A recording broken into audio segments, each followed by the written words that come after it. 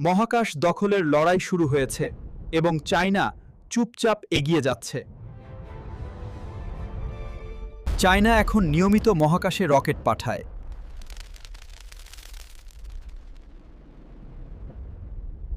Long March, চায়নার সবচেয়ে শক্তিশালী রকেট। এক নিখুঁত হিসাব, একটুও ভুলের সুযোগ নেই। শত শত স্যাটেলাইট ঘুরছে পৃথিবীর চারপাশে।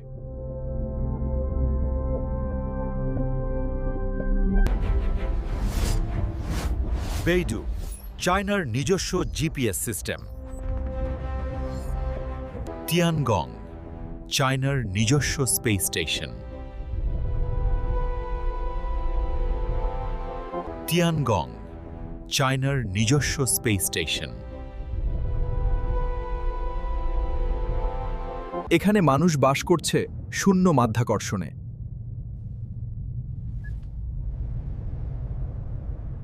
মহাকাশে চলছে বিজ্ঞান গবেষণা।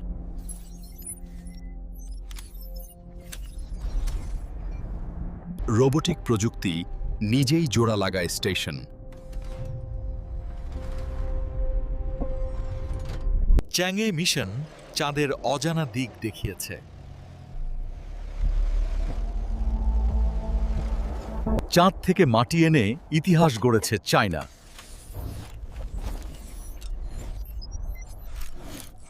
চাঁদেই থামেনি, চায়না পৌঁছেছে মঙ্গল গ্রহে।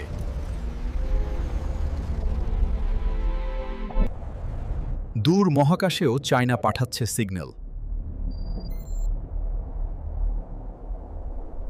লাল গ্রহে জীবন খোঁজার চেষ্টা চলছে।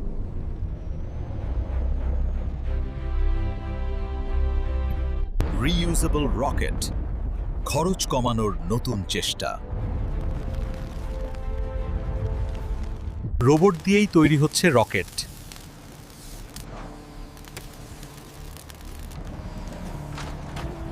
একটি বোতাম, কোটি টাকার সিদ্ধান্ত।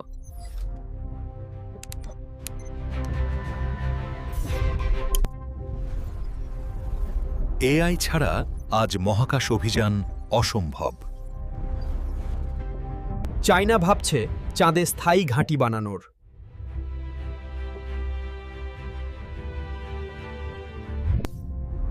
এআই ছাড়া আজ মহাকাশ অভিযান অসম্ভব।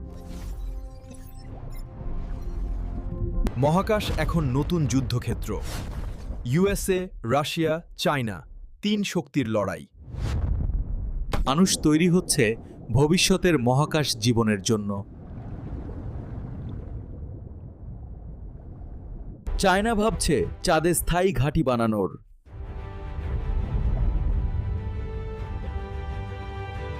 ভবিষ্যতে মহাকাশেই হতে পারে নতুন বসতি। মহাকাশ থেকে পৃথিবী আরও ছোট মনে হয়।